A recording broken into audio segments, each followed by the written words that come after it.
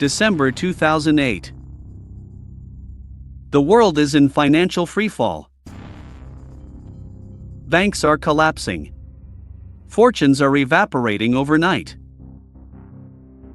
And Elon Musk, the man who would one day become the wealthiest human being in recorded history, is sitting in a Silicon Valley conference room with tears in his eyes.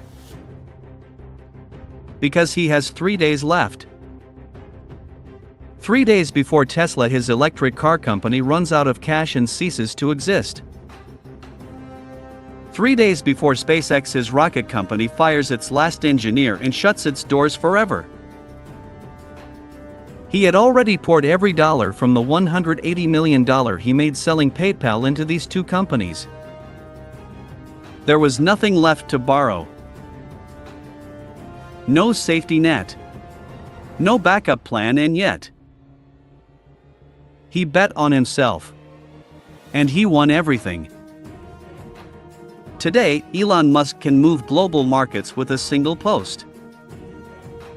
He owns the most watched social media platform on Earth. He builds rockets that land themselves. He is drilling tunnels beneath Los Angeles and wiring electrodes into human brains. But here is the question the Legend Vault is asking today. Is Elon Musk the greatest visionary in human history, or is he a man building a future that humanity isn't ready for? I am Frank, your host, and you are watching the Legend Vault. If you want to witness our newest deep dive episodes and unlock the secrets of history, step into the vault right now. Hit that subscribe button and claim your key to the vault. Let's dive in. To understand the billionaire, you must first understand the boy. Elon Reeve Musk grew up in Pretoria, South Africa, and he was not the popular kid. He was the outsider. The bookworm. The one who answered questions before the teacher finished asking them, and for that, other children made him pay. At one point during his childhood, a group of boys cornered him, beat him savagely, and threw him down a flight of stairs. He lost consciousness. He woke up in a hospital. His face was unrecognizable. Most people would have been broken by that. Most people would have learned to shrink,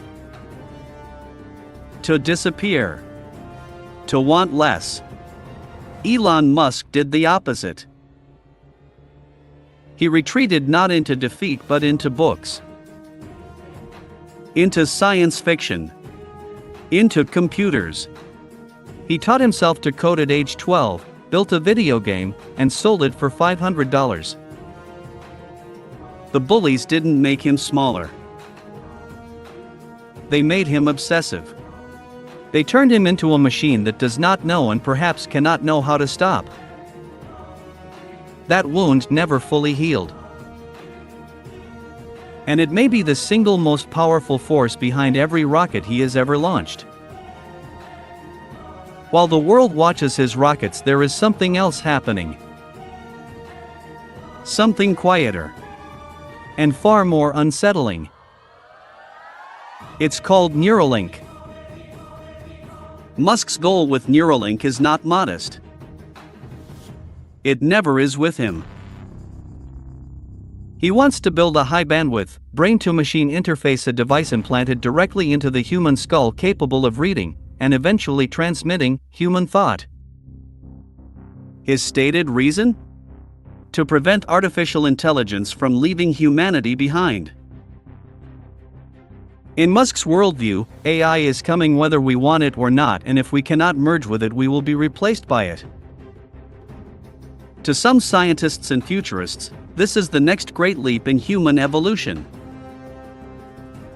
To ethicists, civil liberties advocates, and neuroscientists, it is one of the most alarming proposals in the history of technology, because once a device can read your thoughts, who else can read them? Here in the vault, we don't just ask where the technology is going. We ask, at what cost are we getting there? There is a version of the Elon Musk story that reads like mythology.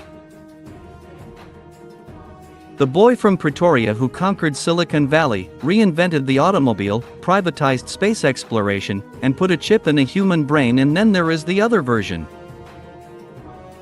Musk has spoken openly about demanding 100-hour work weeks from himself and from the teams around him. He has slept on factory floors during Tesla production crises. He has eaten, breathed, and bled his companies. But that relentless obsession has left behind wreckage that no press release can clean up. Multiple broken marriages. Children he has admitted to barely knowing. An eldest son who legally changed his name and severed all public connection to his father. In one of the most raw interviews of his public life, Musk admitted to feeling profoundly, achingly lonely. Here is a man who owns satellites circling the Earth and sometimes cannot find a single person to sit with him in a room. That is not mythology. That is the human cost of being a legend. So why Mars? Why spend billions? Why spend a life chasing a planet that is cold, dead, and 140 million miles away?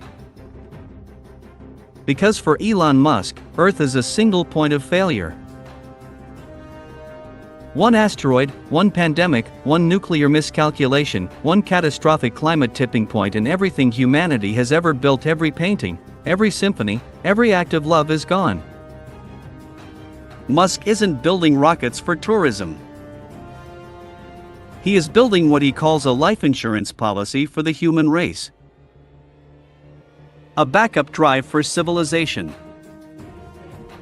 Whether you admire him or distrust him, whether you see a savior or a showman, you cannot look at what he has built and call it small. He has forced governments, corporations, and engineers across the entire planet to rethink what is possible. In a world that often thinks in quarters and news cycles, Elon Musk is thinking in centuries. Before we close the vault, I want to hear from you. Number 1, do you believe Elon Musk is humanity's best hope for survival, or is he taking too many risks with our future? Number 2, if you had the chance to be among the first humans to colonize Mars, would you take the one-way trip? Let's talk in the comments. Genius is rarely quiet, and progress is never easy. Thank you for joining me in the vault today. Until next time, stay legendary. This is Frank, signing off.